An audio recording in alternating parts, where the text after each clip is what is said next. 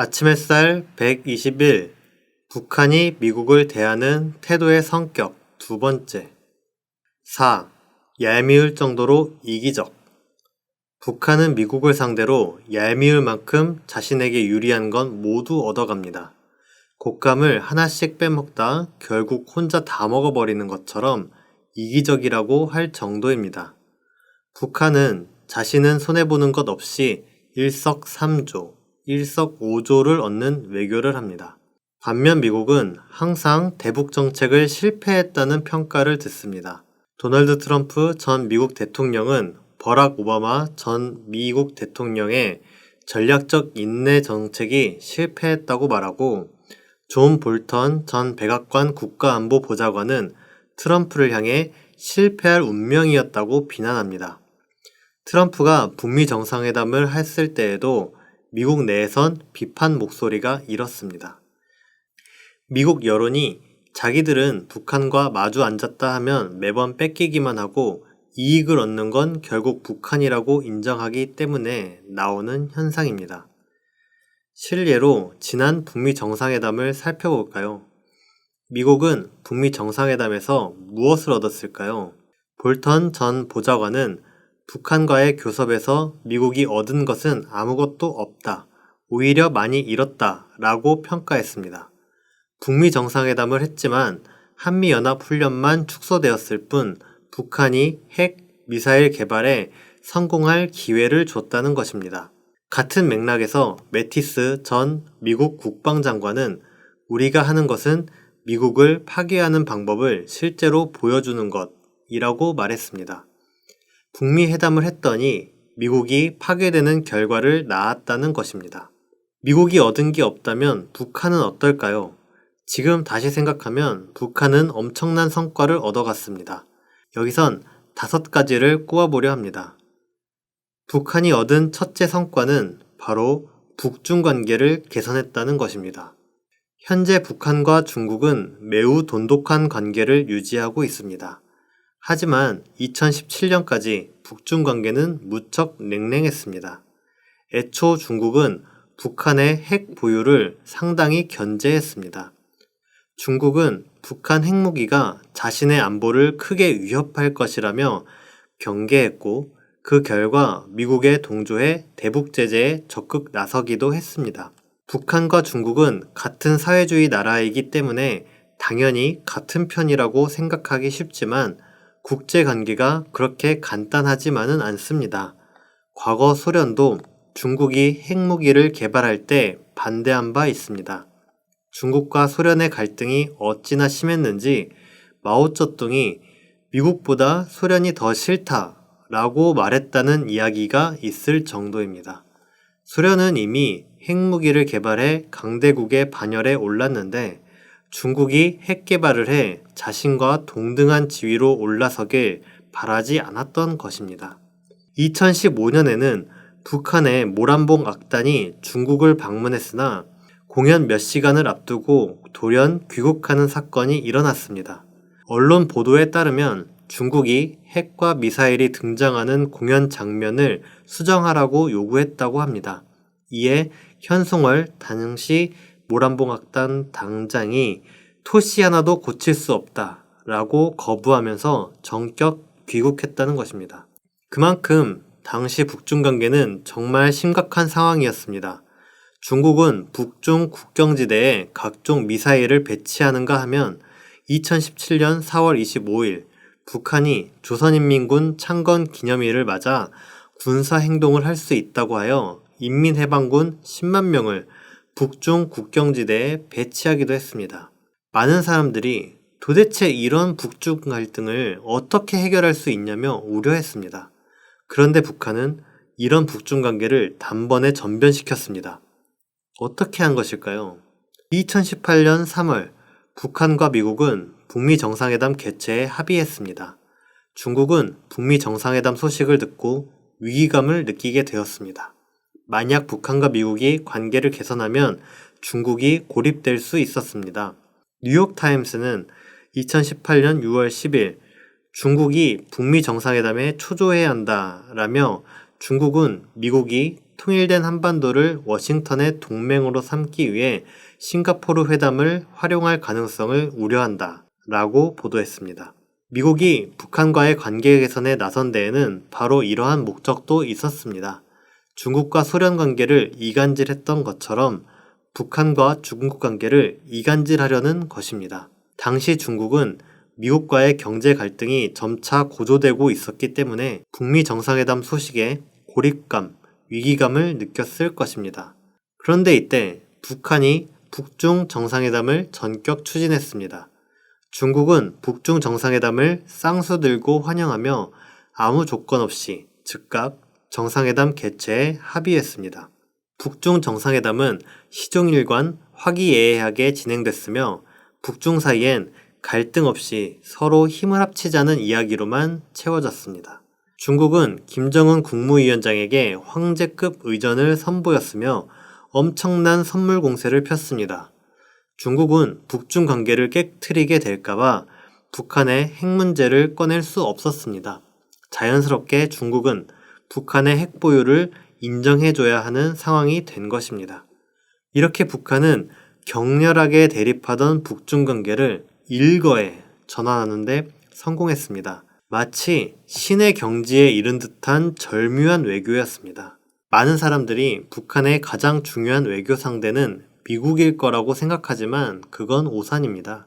북한은 신년사를 발표할 때 대외관계 분야에서 대미 외교보다 항상 사회주의 나라와의 외교를 먼저 배치하곤 합니다. 북한은 사회주의 나라들의 단결, 역량 강화를 대외관계의 제1과제로 봅니다. 북한은 신비롭게도 북미 정상회담을 통해 사회주의 나라 사이의 단결과 역량 강화를 이뤄냈습니다. 북한은 2차 북미 정상회담을 통해 베트남과의 관계 개선도 이뤄냈습니다. 북한과 베트남은 과거 베트남전 때 북한에서 비행사를 보내주면서 혈맹 관계를 맺었습니다. 하지만 1990년대 북한이 고난의 행군을 겪을 때 베트남은 미국과 관계를 개선하고 개혁 개방을 추진하면서 북한의 도움 요청을 외면했습니다. 그때부터 북한과 베트남의 관계는 악화되었는데 2차 북미 정상회담으로 관계를 개선하는 데 성공한 것입니다. 북한은 베트남과 관계가 좋아지면서 베트남 옆에 있는 라오스와도 자연스레 관계가 좋아졌습니다. 베트남과 라오스는 최근 8차 당대회가 개최되고 김정은 국무위원장이 조선노동당 총비서로 추대될 때 가장 빈번하게 축전과 서한을 보낸 국가가 되었습니다.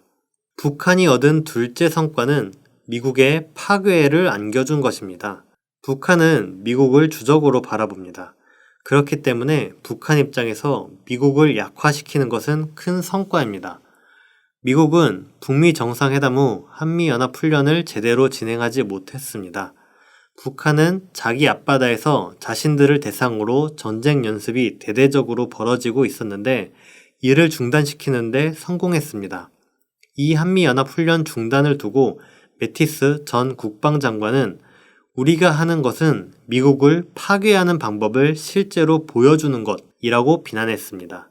군대는 전쟁 시 이길 수 있도록 평소에 훈련하는 게 주 임무입니다. 훈련하지 않는 군대는 종이 호랑이나 마찬가지입니다. 그래서 주한미군이 훈련하지 못한다는 건 주한미군을 무력화해 나가고 있는 것과 같습니다. 주한미군은 한반도뿐만 아니라 미국의 동북아시아 전략에서 중요한 역할을 합니다. 주한미군이 무력화되면 미국의 아시아 정책이 무너지기 때문에 매티스 전 국방장관이 위기감을 느낀 것입니다.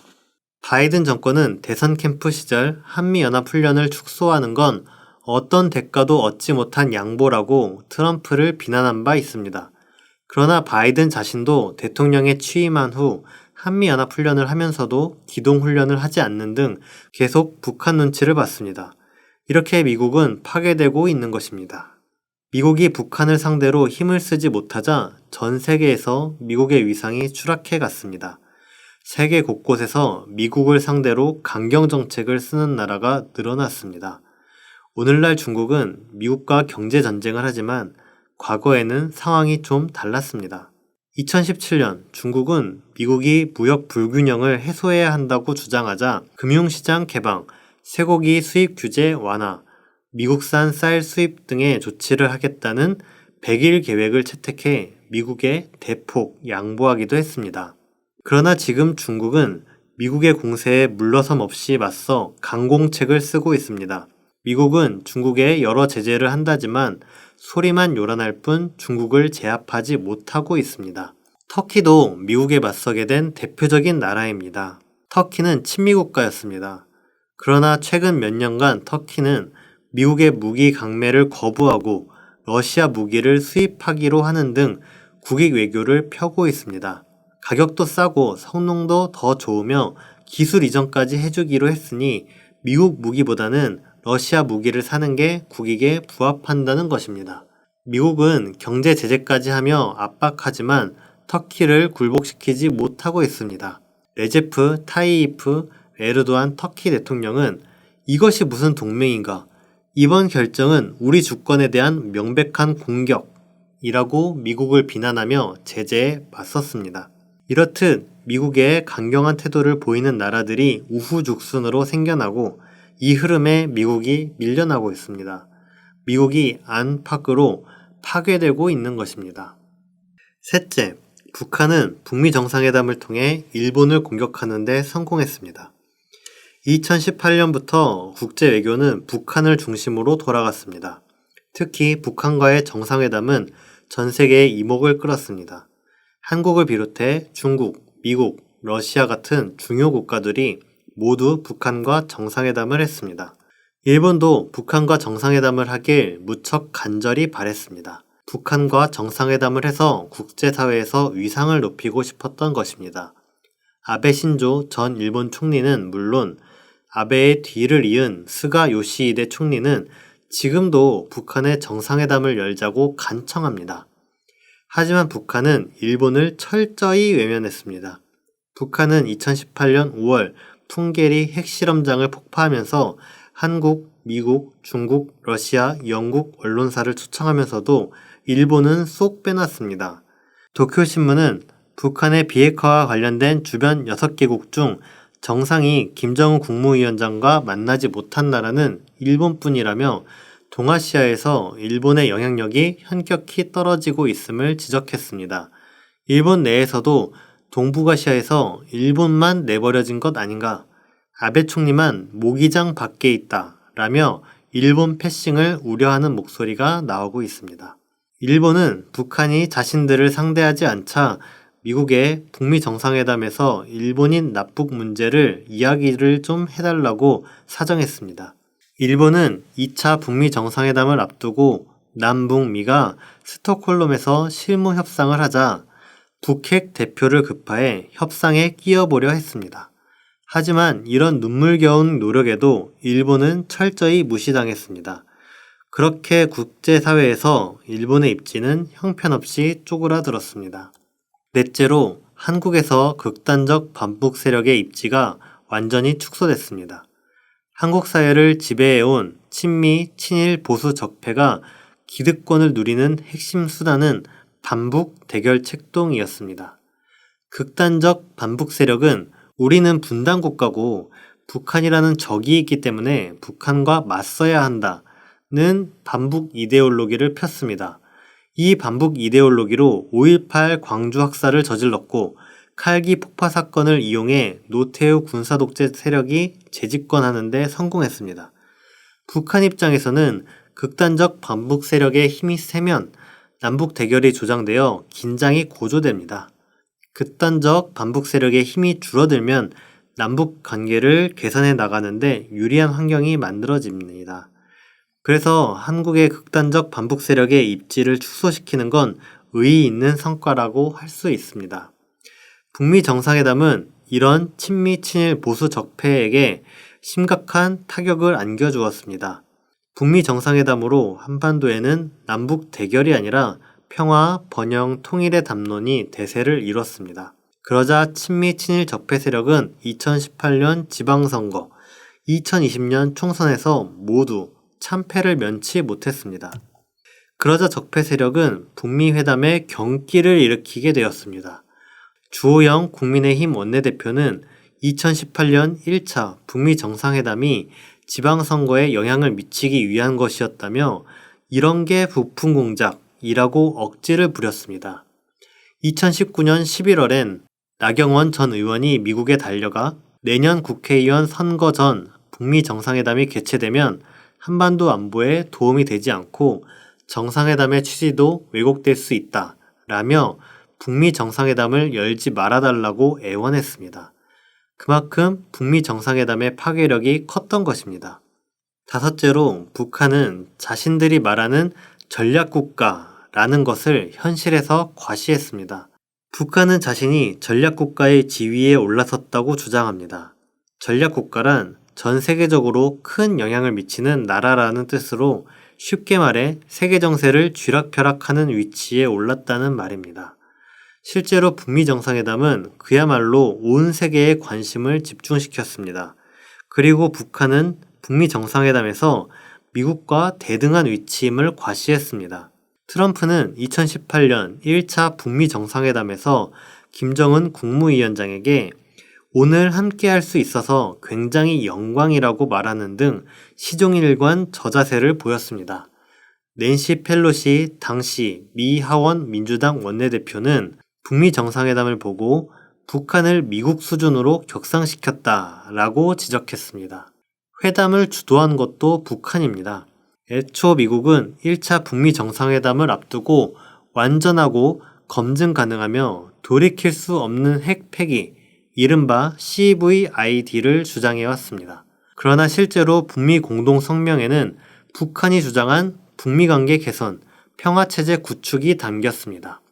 미국 내에선 북미 정상회담을 두고 슬프게도 이번 회담의 승자는 북한, 김정은 국무위원장이 대승을 거뒀다 라는 평가가 쏟아졌습니다.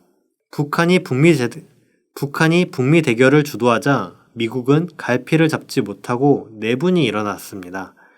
미국의 힘이 강할 때는 강경파와 온건파의 대립이 상대방을 향한 협공으로 작용합니다.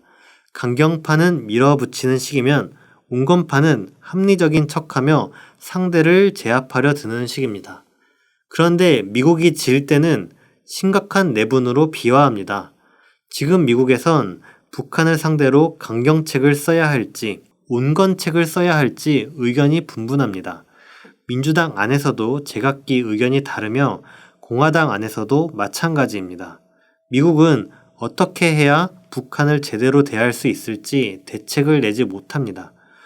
북미 회담을 주도하는 건 북한이고 미국은 하염없이 끌려다니고 있기 때문입니다. 북한의 행보는 하나하나 전 세계의 이목을 집중시키고 있습니다. 예컨대 김여정 조선노동당 부부장이 담화를 하나 발표하면 전 세계 언론이 관심을 기울이고 문구를 하나하나 분석해 토론하는 게 일상이 됐습니다. 3월 26일에는 바이든 대통령이 취임 후 첫 기자회견을 열었는데 여기서도 어김없이 북한 질문이 나왔습니다. 또한 바이든 대통령은 북한 질문이 나오자 미리 답변을 적어온 메모를 꺼내 그대로 읽었습니다. 북한에 메시지를 보내는 데 있어서 한치의 실수도 없게 하려는 것입니다. 북한은 전 세계에 큰 영향을 미치는 전략 국가가 되었음을 현실에서 과시했고 미국은 그런 북한을 매우 예민하고 조심스럽게 대한다는 걸 드러내는 장면이었습니다. 북한은 자신들이 전 세계에 영향을 미치는 광경을 보며 자기 체제에 확신을 갖고 더 강화해 나설 것입니다.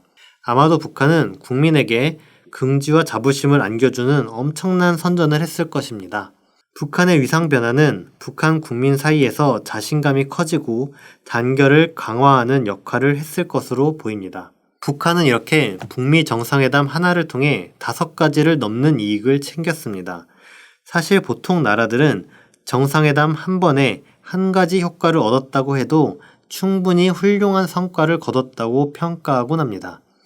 하지만 북한은 회담 하나로 큰 영향력과 파괴력을 갖는 효과를 다 얻어내니 얄미울 정도로 이기적이라는 표현이 과하지 않을 정도입니다. 어떻게 표현해야 적절할지 외교가에 있는 사람이라면 북한의 외교술에 혀를 내두르지 않을 수 없을 것입니다. 5. 결론. 동북아 정세에서 확실한 한 가지는 가장 중요한 운영자가 그 어떤 대국도 아닌 김정은 북한 국무위원장이라는 점. 중국 공무원 자문위원인 스이농 인민대 교수의 2020년 11월 25일 발언. 김정은 국무위원장이 자신감과 확신에 차서 지휘하는 걸 봤다. 결단력 있는 모습 잊을 수 없다. SBS 월드 리포트가 2021년 3월 29일에 보도한 존 볼턴 전 백악관 국가안보보좌관 인터뷰. 중국은 자존심이 보통 센 국가가 아닙니다. 중국이라는 이름부터 자신들이 세계의 중심이라는 의미입니다. 이런 중국의 권위 있는 교수가 북한의 최고 지도자가 가장 영향력이 크다고 했습니다. 김정은 국무위원장의 영향력이 시진핑 주석보다 크다고 인정한 것입니다. 이건 중국 역사 통틀어서도 찾아보기 힘든 의아한 평가입니다. 과거 당 태종이 고구려를 침략하려다가 연개소문에게 처참히 패배한 일이 있습니다. 당 태종이 연개소문에게 얼마나 호되게 당했던지 다시는 요하를 넘지 마라, 요동을 공격하는 것을 그만두어라 라고 유언을 남겼다고 합니다. 중국에서 연개소문은 영웅이라는 평을 듣기도 했습니다. 아마도 중국인들이 다른 나라 사람을 이렇게 높게 평가한 것은 연개소문 이후 김정은 국무위원장이 처음이 아닌가 싶습니다. 스이농 교수가 이런 말을 한 것은 중국 내의 일반적인 여론을 반영한 결과로 봐야 할 것입니다. 그렇지 않다면 스이농 교수는 중국인에게 문매를 맞았을 것입니다. 만약 일본에서 동북아시아에서 가장 영향력이 큰 사람은 문재인 대통령이라는 말이 나올 수 있을까요? 미국에서 가장 영향력이 큰 사람은 바이든 대통령이 아니라 문재인 대통령이라는 말이 나올 수 있을까요? 이렇게 비교해보면 스이농 교수 발언이 얼마나 무게감 있는지 생각해 볼 수 있을 것입니다.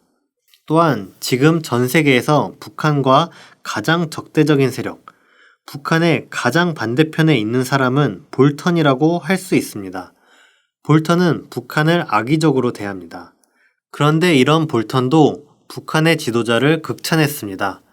SBS 기자마저 볼턴이 김정은 국무위원장을 긍정적으로 평가한다는 것은 어느 정도 알고는 있었지만 생각보다 더 높이 평가해서 놀라웠습니다. 라고 인터뷰 소감을 전하기도 했습니다.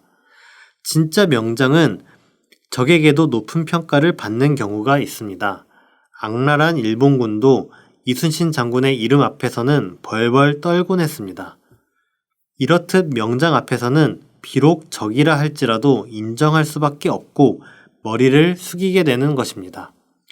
우리가 앞서 살펴봤듯 북한은 미국을 대단히 고압적이고 여유만만하게 대합니다. 세계 최강대국인 미국을 갖고 놀며 지나치게 얄미울 정도로 이익을 독식합니다. 이 모든 중심엔 북한의 최고 지도자가 있습니다. 이런 모습을 보면 북한의 최고 지도자 김정은 국무위원장의 외교력은 어떤 경지에 오른 듯 신비하고 불가사의한 느낌을 줍니다. 우리는 북한을 가장 가까이 접하고 또 북한과 평화와 번영의 역사를 함께 써내려갈 통일의 동반자인 만큼 김정은 국무위원장을 주목하고 연구해야 하지 않을까 싶습니다. 오늘 아침 햇살은 여기까지 하도록 하겠습니다. 감사합니다.